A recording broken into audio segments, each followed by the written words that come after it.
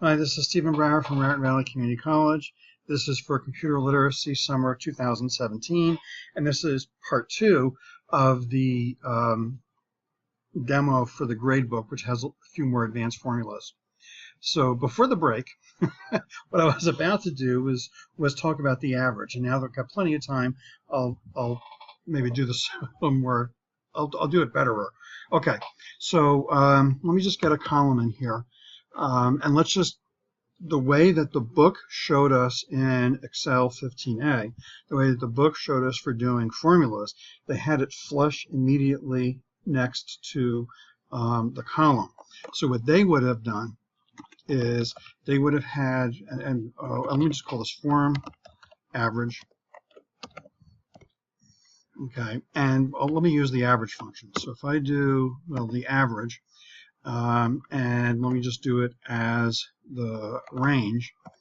So this is going to be the average. Let's just go and drag this down.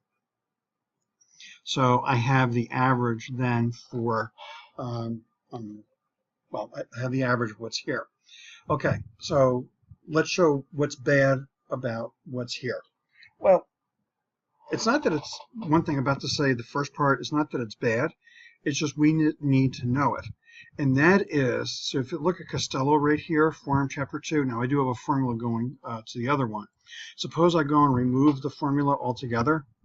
Well, now it says that he has 100, because this average that's being done, it actually takes the total of the range and divides it by the number of cells that have a value. And so since there isn't a value in C3, then when it comes up with the total, it's only going to divide by 1. Whereas if we look at curly, it's taking those two and the two items and it's dividing by 2. So just something more we just need to be aware of is that if we do use the average function, that if we don't have a value, it could make our average inflated. The other issue with the way I did this, if I go in, let's say I want to now stick in Form Chapter 3. And so let me just go and stick in, and I'm just, well, one thing is, does the IntelliSense work here? You son of a bitch. Sorry. The downside, if we notice what I just did, is, yeah, I inserted the form, but now I actually would have to go back and I'd have to change the average. And I'd have to change the average to now reflect that we wanted to include D. So what usually is recommended, and let's go and try to do this right, is if I have a blank column between the two, and now let me have the range go to E, okay, E here. And let's just pretend that there's some values here. Actually, I'm going to do, this is for giggles and grins. Let's just say it's between 70, random between 70 and 100, just to get some data in here. Okay, which is every time I do a recalc, it's going to change. So at the present moment, this average is reflecting those three. And let's say now, next time I work on Form Chapter 4, let me go and insert a column. If I did the, I'm sorry, let me back up a second. So if I'm here in E, the blank column, and I do an insert, it's going to insert it to the left of where I am. And the average formula is still going based on where the blank one was. Blank one just got pushed over 1. Now, this is just me being lazy, taking the random values. Let me just go and copy the random values over just to get some random values in here. But so now by keeping this blank column here, then this way, as I go and add additional forms, I don't have to go back and then change the form average. So I would do the same thing. And in a sense, I would actually do it from the beginning. But now if I was doing the end of chapter quiz average, so when I first set it up, I would make sure I would have a blank line, and then, okay, let me get the average of these. And so the average is including the blank line, I'm sorry, the blank column. And so now if I'm going to be working on the end of chapter quiz, chapter 3, and I did the insert while I was in the blank column, and okay, am I pushing it? Is it going to be able to figure out to make this? It's son of a... okay. What was the point? Oh, so if I look at the formula, because I did the inserting of the column, I don't have to go back and then change the formula. So what most people do, which we did not do in Excel 15a, what most people do is they keep a blank column between the end of the data and then where the average is calculated. And the blank column is part of the formula.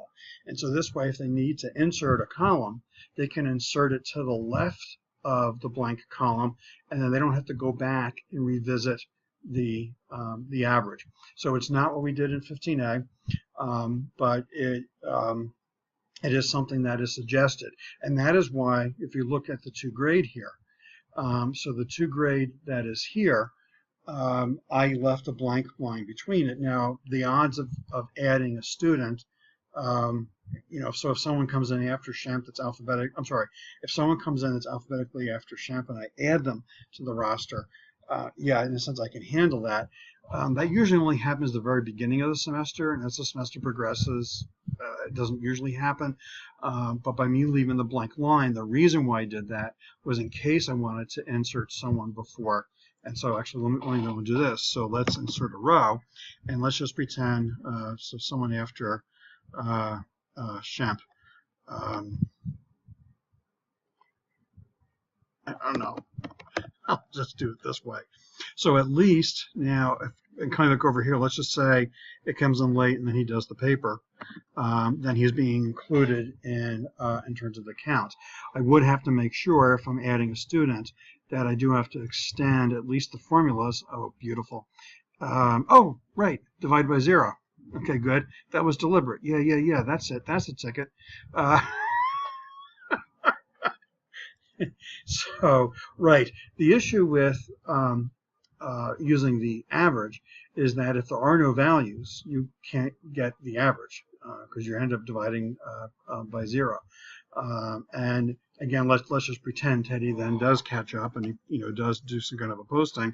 At least we're not going to have the divide by 0 anymore. Anyway, so the reason why I did leave the blank line here, what I'm getting at, is if I do add a student, I didn't have to go in and change this formula that I did in terms of the COUNTIF. I didn't say that when I did it, but I just wanted to at least point that out. Okay, let me pause for a second. I think the last thing I just want to do here, it's something I quickly did over there, which was the RAND between. Let me just do this again, and let me do it here. So the RAND between, and let's just say that for the quizzes that they're between 50 and 100 on random. And so that generates a random number. Now, as I'm doing this, keep an eye over here in these last 2 columns, and what you'll see is these numbers change.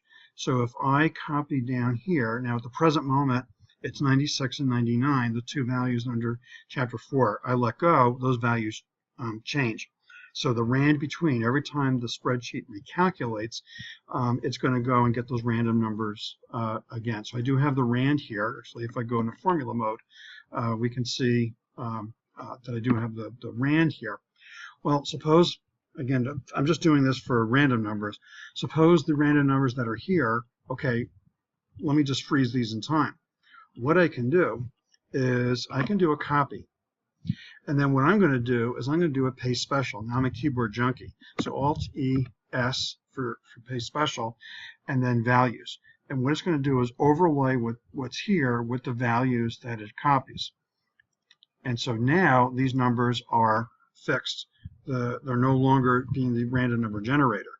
So as I go in and I do the recalc over here, oh, and by the way, what I'm doing is I'm hitting F9. F9 forces a recalc on the document, or sorry, in the spreadsheet. In the old days when we had very slow computers and very big spreadsheets, we didn't want it to do a recalc of all the formulas every time that we added data.